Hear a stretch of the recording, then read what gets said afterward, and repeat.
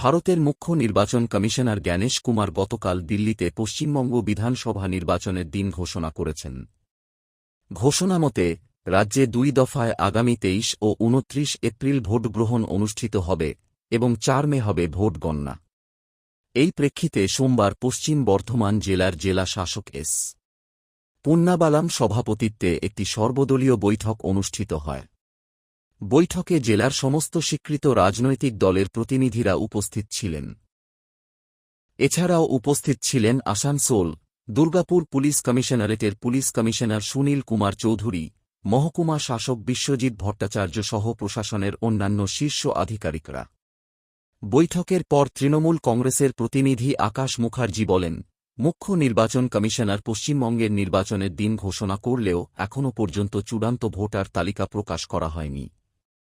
তিনি স্পষ্ট ভাষায় বলেন, যতক্ষণ না সমস্ত বৈধ ভোটারের নাম চূড়ান্ত ভোটার তালিকায় অন্তর্ভুক্ত হচ্ছে, ততক্ষণ তৃণমূল কংগ্রেস চুপ করে বসে থাকবে না। কেন্দ্র করে যে লড়াই সারা বাংলায় আজকে শুরু হয়েছিল, আমরা আজকে অল পার্টি মিটিং ছিল।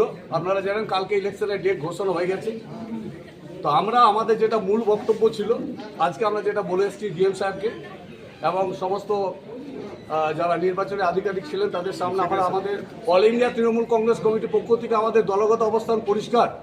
আমাদের দলনেত্রী মমতা ব্যানার্জি এবং আমাদের দলের কাণ্ডারি অভিষেক বন্দ্যোপাধ্যায় প্রথম থেকে যে নির্দেশ দিয়েছেন, যে আমরা বলেছি যে ভারতবর্ষের ইতিহাসে স্বাধীনতার পর এই প্রথমবার যেটা হতে চলেছে, যে কারা নির্বাচিত প্রতিনিধি, কারা নির্বাচক অর্থাৎ ভোটারকে, সেটা কিন্তু এখন পর্যন্ত ঠিক হয়নি। তার আগে কিন্তু নির্বাচনের দিন ঘোষণা হয়ে গেছে। আমরা এটা তীব্র প্রতিবাদ জানিয়েছি আমরা দলগত। অন্যদিকে কংগ্রেসের প্রতিনিধি ও জেলা কংগ্রেস সভাপতি দেবেশ চক্রবর্তীও একই সুরে বলেন, চূড়ান্ত ভোটার তালিকা প্রকাশের আগেই নির্বাচনের দিন ঘোষণা করা অত্যন্ত অন্যায়। এবার বলে আসছি, ভোটার লিস্ট পুরো রেডি নেই। নির্বাচন কমিশন নির্বাচনের ডেট ডিক্লেয়ার করেছে এবং আজকে আমি আমাদের দলের তরফ থেকে পরিষ্কারভাবে জানিয়েছি এটার প্রতিবাদ। কারণ কেউ জানে না তার ভোটার লিস্টে নাম আদৌ উঠবে কি উঠবে না। যাকে প্রার্থী করার বা যে প্রার্থী হবার ইচ্ছা, নমিনেশনের আগের দিন যদি তার নাম বেরোয়, স্বভাবতই সে দুশ্চিন্তার মধ্যে রয়েছে এবং বহু মাইনর ভুল আছে, যেটা নির্বাচন কমিশনের গাইডলাইনে বলছে 8 নম্বর ফর্ম ফিল আপ এখন আর থেকে হবে না, কিন্তু বহু মাইনর ভুল আছে। সেই ভুলগুলো নিয়ে অনেকের দেখা গেছে স্ত্রীর নাম উঠেছে, ছেলের নাম উঠেছে, বাবার নাম নেই। এদিকে বিজেপির প্রতিনিধি প্রশান্ত চক্রবর্তী জানান, তিনি জেলা শাসকের সঙ্গে বৈঠকে অংশ নিয়ে দলের পক্ষ থেকে একাধিক বিষয় তুলে ধরেছেন।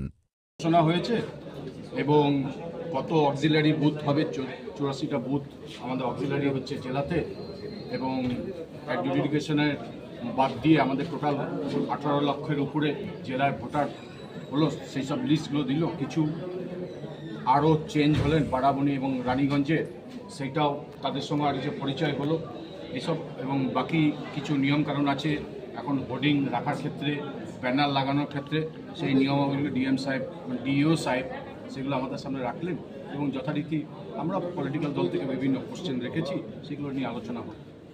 বৈঠক প্রসঙ্গে জেলা শাসক এস পন্নাভালম জানান, 30 এপ্রিল নির্বাচন সংক্রান্ত নোটিফিকেশন জারি হবে। 6 মে পর্যন্ত মনোনয়নপত্র জমা দেওয়া যাবে এবং 9 মে পর্যন্ত প্রার্থীরা নিজেদের নাম প্রত্যাহার করতে পারবেন। 23 এপ্রিল ভোট গ্রহণ এবং 4 মে ফলাফল ঘোষণা করা হবে। তিনি আরও জানান, এবার জেলায় মোট 2504টি বুথ রয়েছে। যেসব বুথে ভোটারের সংখ্যা 1200 এর বেশি, সেখানে অতিরিক্ত অক্সিলিয়ারি বুথ তৈরি করা হবে। তবে আন্ডার অ্যাডজুডিকেশন প্রসঙ্গে প্রশ্ন করা হলে তিনি এ বিষয়ে কোনো মন্তব্য করতে চাননি। তিনি জানান, বিষয়টি সম্পূর্ণরূপে আদালতের অধীন এবং এ নিয়ে তিনি কোনো মন্তব্য করবেন না। নিয়ে যেটা আমাদের নির্বাচন ঘোষণা হয়েছে, West Bengal legislative assembly election 2026, এটা নিয়ে আমাদের অল পার্টি মিটিং আজকে ডাকা হয়েছিল। এই মিটিংয়ে সমস্ত প্রতিনিধিরা এসেছিলেন পার্টির, আর আমাদের টিমের সমস্ত সিনিয়র আধিকারিকরা, এডিএম, রিটার্নিং অফিসাররা, এরা সকলের ছিলেন, সিপি স্যার ছিলেন, আমিও ছিলাম। তো মূলত আজকে শিডিউল নিয়ে জানানো হয়েছে। আপনারা জানেন আমাদের পশ্চিম বর্ধমান জেলা প্রথম দফা এটাতে হচ্ছে আমাদের 9টা অ্যাসেম্বলি, যেটা নমিনেশন শুরু হবে 30 তারিখ, শেষ হবে 6 তারিখ, স্ক্রুটিনি হবে 7 তারিখ, উইথড্রয়াল আছে 9 তারিখ, 9 এপ্রিল, অর্থাৎ ওই দিনই ক্যান্ডিডেটটা ফাইনাল হয়ে যাবে 9 এপ্রিল। তো ওটা 23 তারিখ ভোট আছে, কাউন্টিং দিন আছে 4 মে। এটা হচ্ছে মতলব আমাদের জেলা যে ফার্স্ট ফেজে আছে তার শিডিউল আমরা এটা জানিয়েছি।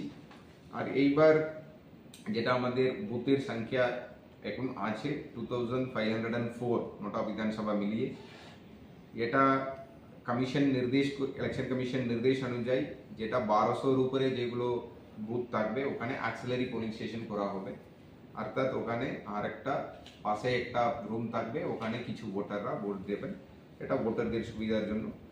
যেটা ওটা অনুমোদন হয়ে গেলে আমাদের 2588 হয়ে যাবে, এটা সেকেন্ড। থার্ড হচ্ছে আমাদের যে ভোটারের সংখ্যা 15 তারিখ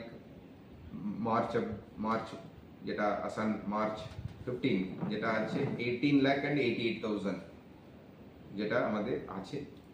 তো এর বাইরেও যেভাবে